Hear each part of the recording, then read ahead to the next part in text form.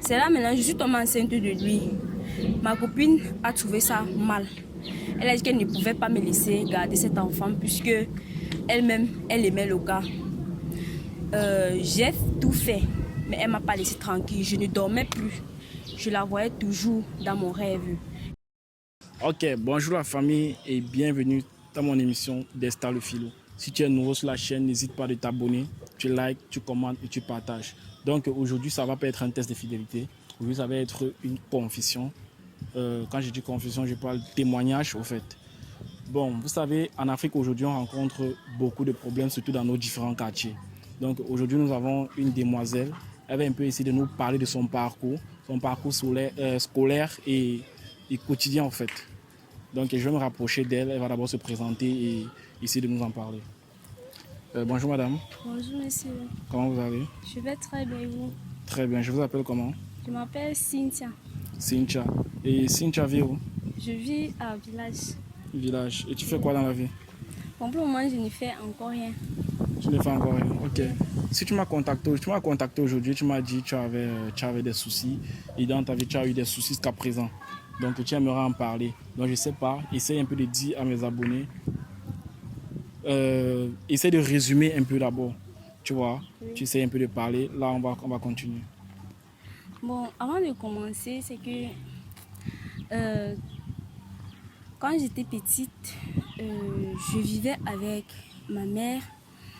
Elle était mariée avec mon père. Et 2 ans après leur séparation, ma mère est rentrée chez ses parents, étant enceinte de nous, bon, de moi en fait.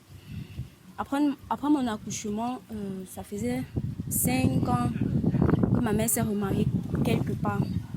Après cela, 2 ans après, mon père est décédé suite d'un accident de voiture. Et depuis lors, on a grandi sans père. Et en fait, Ok, après le décès de ton père, ça s'est passé comment? C'était facile entre ta mère et toi ou quoi? c'était pas facile au début. Parce que ma mère m'a envoyé chez mon oncle avec qui j'ai grandi. Euh, Oui, elle m'a envoyé chez mon oncle avec qui j'ai grandi. Il a pris soin de moi jusqu'en classe de 3e. Après mon BPC maintenant, il m'a dit que il ne pouvait plus prendre soin de moi. Il n'avait plus assez de moyens pour s'occuper de moi. C'est là que je suis retournée vers mon grand frère.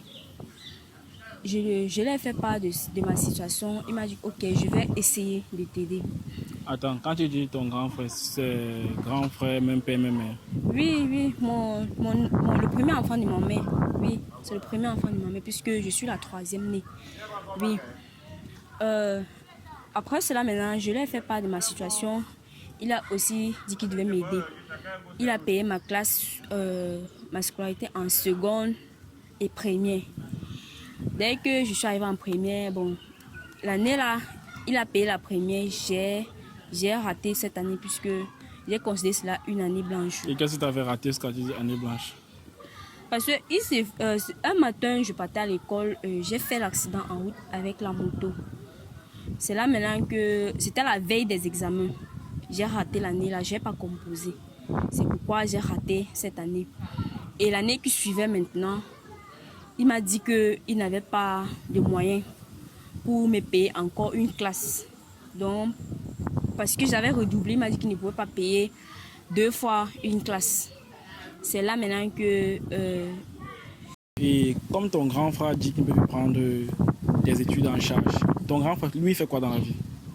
mon grand frère s'est menuisier. Mais il se bat à Bafoussam. Quand il a dit cela, maintenant, je suis retournée voir ma mère. Elle a essayé de toutes ses forces et elle m'a payé en classe de terminale. Oui.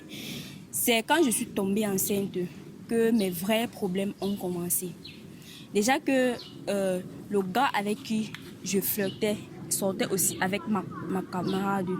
Ma camarade qui était ma copine. C'est là maintenant, je suis tombée enceinte de lui. Ma copine a trouvé ça mal. Elle a dit qu'elle ne pouvait pas me laisser garder cet enfant puisque elle-même, elle aimait le gars. J'ai tout fait, mais elle ne m'a pas laissé tranquille. Je ne dormais plus. Je la voyais toujours dans mon rêve. elle me disait toujours de retirer cet enfant. Moi, je lui ai dit que non, je ne peux pas retirer l'enfant, je ne peux pas commettre cet acte. Puisque j'ai cherché avec mes mains, je dois assumer. Elle a dit, ok, c'est ce qu'on verra. Là, elle me hantait chaque nuit. Tous les jours, c'était elle. J'ai parlé de ça à ma mère. Elle n'a pas pris ça au sérieux. C'est quand maintenant, j'ai fait une fausse couche que j'ai demandé à ma mère de prendre ce que je lui disais au sérieux. C'est là, une femme est venue lui dire que, comme tu vois ta fille là, ce qu'il arrive, c'est sa propre copine qui fait cela. Ma mère n'a pas toujours considéré puisque elle prenait aussi ma copine comme sa fille. Et toi, tu savais que c'était ta copine? Je ne savais pas. C'est après qu'une femme est venue chez nous, là, qu'elle a parlé ça maintenant. J'ai commencé à me méfier d'elle. Un jour, je marchais dans la rue. Je l'ai croisée. Elle était en train de parler de moi avec certaines personnes. Là maintenant, l'une d'entre elles, comme elle me considère, elle est venue me dire que comme tu vois, ta fausse couche là s'est passée comme ça, c'est ta camarade qui l'a fait. Et quand elle m'a dit cela maintenant, je suis partie, j'ai dit à ma mère. Ma mère maintenant a dit que... Et la fausse couche s'est passée après combien de mois? C'était à 3 mois. C'est à 3 mois de grossesse que c'est sorti. Okay. Bon, ça a failli me coûter la vie puisque j'ai beaucoup saigné. Oui. Et comme tu allais dire à ta mère, qu'est-ce qu'elle a fait ensuite?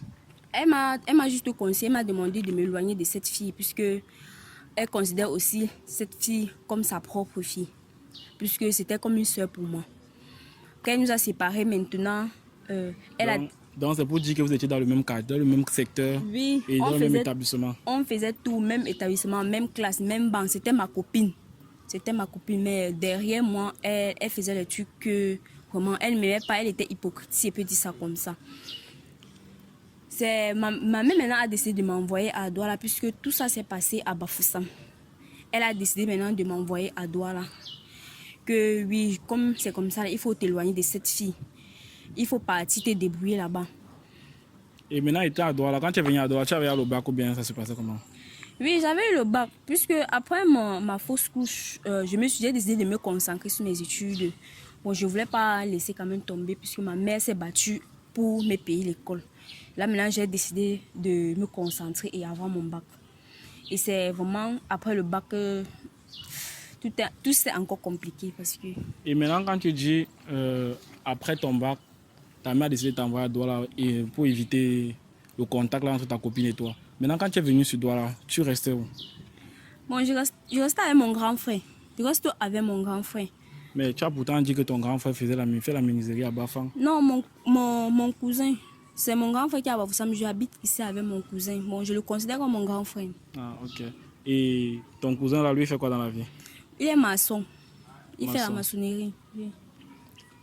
Et maintenant, qu'est-ce que toi tu fais? Qu'est-ce que tu deviens? Je vis seulement.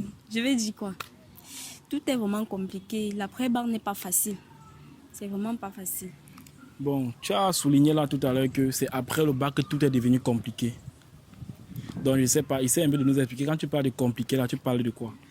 Moi, je parlais que tout est devenu compliqué parce que ma mère n'a plus eu l'argent pour me faire continuer, pour me faire une formation. Et qu'est-ce que ta mère fait dans la vie? Bon, elle est ménagère. Elle reste seulement à la maison. Elle prend soin des enfants, c'est tout. Elle prend soin de mes petits frères parce que j'ai les petits frères. Les petits frères d'un autre père? Justement, les petits frères d'un autre père. Donc, elle reste avec eux à Bafoussam. Moi, maintenant, je suis à Douala. Je cherche comment je vais faire pour me débrouiller. Bon, ce n'est vraiment pas facile. Donc, là, c'est seulement le bac que tu as. Donc, tu n'as pas continué peut-être en fac? Non, je n'ai pas continué parce que ma mère n'a pas les moyens pour me faire continuer. Donc, ça veut dire que jusqu'à présent, c'est ton cousin qui prend soin de toi. Oui. Ce que tu vas manger, ton déplacement, tout et consort. Oui, c'est mon cousin qui fait tout. Et maintenant, en regardant la caméra, qu'est-ce que tu peux conseiller aux jeunes filles d'aujourd'hui? Bon, si j'ai un conseil à donner à mes soeurs, c'est que quand vos parents vivent encore, franchement, il faut profiter. Parce qu'après la mort, là, c'est vraiment pas facile. Après la mort, ce n'est pas facile. Surtout la mort d'un père. Parce que vous savez, le père, c'est le chef de la famille. C'est lui qui gère tout. Donc, si vous perdez votre papa aujourd'hui, là, ça ne sera pas vraiment facile pour vous. Donc, prenez soin de vos parents quand ils sont encore en vie. Merci pour la leçon. Donc, ce que moi je vais souligner, que je vais dire, j'ai retenu, c'est pour dire il faut connaître avec qui on marche.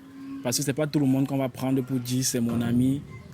Parce qu'on ne connaît vraiment pas son ami.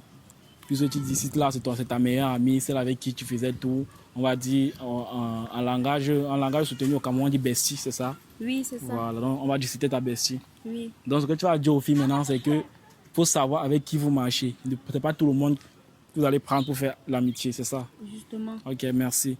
Donc là, je ne sais vraiment pas quoi te dire, je ne sais vraiment pas comment te soutenir, mais c'est qu'est-ce qu'on va faire de notre mieux. Ok, merci beaucoup. Merci, bonne soirée à toi. Merci, meilleur. Ok. Oh là là là là là, c'est vraiment pas facile. Vous voyez ça en écoutant souvent la bouche de certaines personnes, que vous comprenez que chacun n'a pas le même problème dans cette vie. Vous avez écouté peut-être l'histoire de cette petite fille. C'est vraiment pas facile. Donc vous les filles qui aimez faire l'amitié, fille, garçon, c'est pas tout le monde qu'on prend pour faire l'amitié avec. Je pense pas que c'est celui que tu crois, que tu prends pour ton frère même. Parce que quand on dit ami, il y a d'autres qui prennent leur ami pour faire leur frère. C'est lui qui peut te poignarder. C'est lui qui peut te vendre. Donc, s'il vous plaît, avant de choisir vos amis, essayez de réfléchir à 2 fois. Parce que moi, comme vous voyez, moi, je n'ai pas d'amis. Moi, je suis mon propre ami à moi-même. Donc, je vais vous souhaiter une bonne soirée. Donc, si tu es nouveau sur la page, n'hésite pas à t'abonner.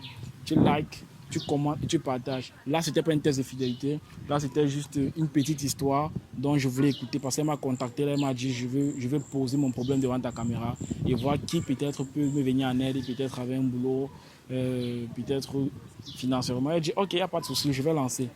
Donc, caméraman.